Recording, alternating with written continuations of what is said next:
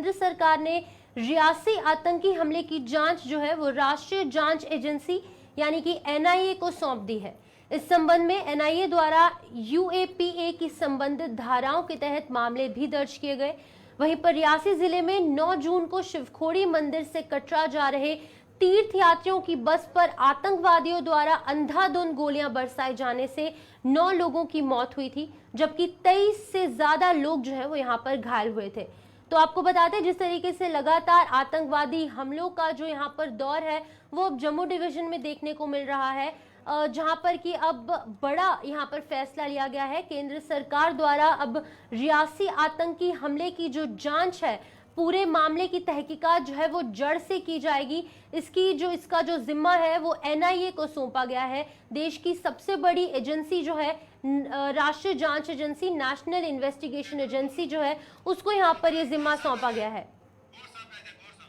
तो इस खबर पर अधिक जानकारी देने के लिए गुलिस्तान न्यूज के एग्जीक्यूटिव एडिटर गौहर सर हमारे साथ ज्वाइन कर चुके हैं। इशफाक सर, बताइएगा यहाँ पर कितना इम्पोर्टेंट ये रहा है, क्योंकि और भी हमने काफी ज्यादा आतंकी हमले जो है वो यहाँ पर देखे हैं। एनआईए को सौंपना रियासी का हमला कितना इम्पोर्टेंट है आपके मद्देनजर? देखिए, अगर हम इस बड़े डिसीजन की बात करें तो ये बड़ा इम्पोर्टेंट इसलिए भी है कि कल गृह मंत्रालय के अंदर बड़ी बैठक हुई। तकरीबन 3-4 घंटे तक वो बैठक चली है, जिसमें जो डिफरेंट इश्यूज़ थे जम्मू कश्मीर के लॉ एंड ऑर्डर को पर्टेन करते थे उनको डिस्कस किया गया। और वहीं पर इस बात को भी फैसला लिया गया था कि इस तरीके का हमला रियासी के अंदर हुआ है। गाड़ी पर 9 तारीख को जब देश के अंदर नई हुकूमत बन रही थी और ओथ सेरेमनी हो रही थी और ख़बर यह आई कि मिलिटेंटों ने फायरिंग की है गाड़ी पर, जिसके नतीजे में कुछ लोगों की मौत हुई और 30 से ज़्यादा लोग ज़ख्मी भी हुए थे। तब से ये बात सामने आती कि इसकी इन्वेस्टिगेशन एक बड़े कैनवास पर होनी चाहिए, क्योंकि अगर कोई लूप होल है तो उसको भी देखना पड़ेगा और साथ साथ जो बाहर OGWS का ग्रुप है, फॉरेन हैंड है इसमें, तो उनको भी प्लग इन किया जाए। और यही वजह है कि जब ये पूरी डिटेल्स कल कंप्लीट हुई है और कल ही हमारे गृह मंत्रालय ने इस बात का फैसला लिया था कि ये केस जो है वो ट्रांसफर किया जाएगा नेशनल इन्वेस्टिगेशन एजेंसी को। और आवाज का थोड़ा सा इशू यहाँ पर हो रहा है, मैं अपनी टीम को कहूंगी बाज़ाब्ता तौर पर ये केस ट्रांसफर कर दिया गया है और अब इन्वेस्टिगेशन पार्ट जो है वो आगे बढ़ गई। जिस दिन ये अटैक हुआ था उस दिन भी और उसके दूसरे दिन भी हमने देखा था कि नेशनल इन्वेस्टिगेशन एजेंसीज के जो टॉप ऑफिशियल्स थे वो वहाँ गए थे, उन्होंने एविडेंसेस अपने तरीके से ली थी और वो क्लोज कोऑर्डिनेशन कर रहे थे जम्मू कश्मीर पुलिस के साथ, जो इस केस को अभी तक देख रही थी। लेकिन अब ये चूंकि ये टेरर अटैक है, बहुत सारे लोगों की जान चली गई है और इसके पीछे कौन लोग हैं, किस तरीके का प्लान बना था, कहां पर यह प्लान बना था और किस तरीके इसके प्लान और उनके जहनों में है, ये सारा देखना और उसको नाकाम करने के लिए ही ये बड़ा इन्वेस्टिगेशन शुरू किया गया है। और यही वजह है कि नेशनल इन्वेस्टिगेशन एजेंसी को अब बाज़ाब्ता तौर पर यह केस सौंपा गया और अब ये सारी तहकीकात वहां पर चली गई। और हमारे जो जराया है, जो हमारे सोर्सेज है, वो ये बता रहे हैं टॉप रैंक जो SSP रैंक के ऑफिशियल है उन्हें यह केस सौंपा जाएगा, जो इन्वेस्टिगेट इसको करेंगे, जो लोगों से पूछताछ करेंगे और जरूरत पड़ी तो रिमांड में भी कुछ लोगों को लिया जाएगा जो ऑलरेडी पुलिस और एनआईए के रडार में है और इस तरीके से इस केस को आगे बढ़ाने की कोशिश की जाएगी। यहाँ पर गौर सर बताइएगा, जिस तरीके से हमने देखा कि काफी सारे हमले यहाँ पर पेश आए और ज्यादा हमले यहाँ पर जम्मू डिवीजन में देखने को मिले, तो आपको लगता है कहीं ना कहीं एक जो मॉड्यूल है जो पूरा का पूरा एक एपिसेंटर चेंज करने की कोशिश की जा रही है, क्योंकि हमेशा से जो हमले हैं वो कश्मीर डिवीजन में देखने को मिलते थे? देखेंगे तो अभी तक इस तरीके के इंसिडेंट्स जो हैं,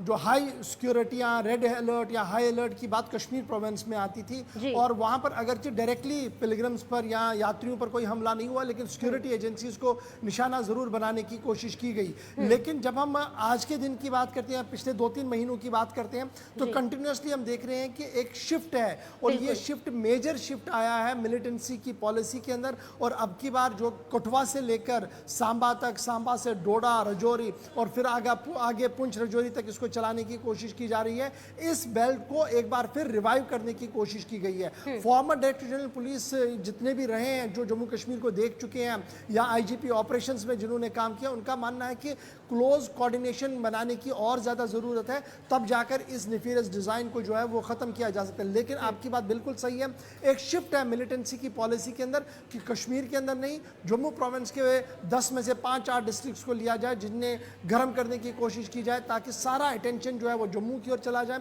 और कश्मीर के अंदर जो उनके स्लीपर सेल्स और दीगर लोग हैं वो दोबारा से रीएक्टिवेट हो सके। इस तरीके की बातें जो है वो डिफेंस एक्सपर्ट और जो पुलिस एक्सपर्ट्स हैं वो बता रहे हैं। लेकिन आपकी बात बिल्कुल सही है कि कहीं ना कहीं कोशिश की गई है कि इस पूरे बेल्ट को जो कठुआ से आगे सांबा और सांबा से जम्मू या फिर डोडा रजौरी, डोडा पुंछ और फिर आगे रजौरी तक जो रास्ता चलता है इसको हॉट करने की काफ़ी कोशिश की जा रही है। यहाँ पर ये जानना काफी इंपॉर्टेंट है क्योंकि अब यहाँ पर अमरनाथ यात्रा भी है और अगर हम बीते कल की बात करें तो एक हाई लेवल सिक्योरिटी मीटिंग जो है वो दिल्ली में हो चुकी है, जिसमें एक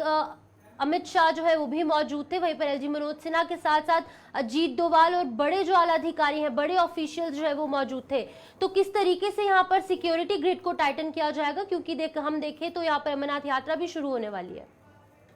यात्रा बिल्कुल पास में है और अमरनाथ यात्रा को लेकर ऑलरेडी सिक्योरिटी जो है वो टाइट कर दी गई और सिक्योरिटी का डिप्लॉयमेंट जो है वो बिल्कुल लखनपुर से शुरू होगा, जो हमारा एंट्री पॉइंट है जहां से स्टेट की बाउंड्रियां हैं वहां से शुरू होगा। जो जम्मू का बेस कैंप है यहां तक ट्रिपल लेयर सिक्योरिटी रहेगी और बीच में जहां जहां पर भी यात्री निवास बनाए गए हैं, जहां पर यात्रियों को रोका जाएगा वहां पर भी आसपास जम्मू कश्मीर पुलिस, सीआरपीएफ और सेंट्रल सिक्योरिटी फोर्सेस के जवानों को लगा दिया गया है। और साथ साथ ये भी साफ कर दिया गया है कि ह्यूमन इंटेलिजेंस गैदरिंग इन तमाम इलाकों के अंदर बढ़ाई जाए। फिर जम्मू से जब आप इसको उधमपुर की ओर देखेंगे, उधमपुर से टनल तक और टनल से उस पार का रास्ता देखेंगे तो जितना भी ये पड़ाव है, जैसे जम्मू से उधमपुर वाला पड़ाव होगा जहां पर कुछ यात्रियों को रोका जाएगा, उधमपुर से फिर बानिहाल के आसपास एक और यात्री निवास बन चुका है, वहां पर रोकने की बात हो रही है। जहां जहां पर भी स्लॉट्स बनाए गए हैं रोकने के, वहां पर सिक्योरिटी ड्रिल जो है वो काफी होगा। हमने लास्ट ईयर भी देखा था कि जब भी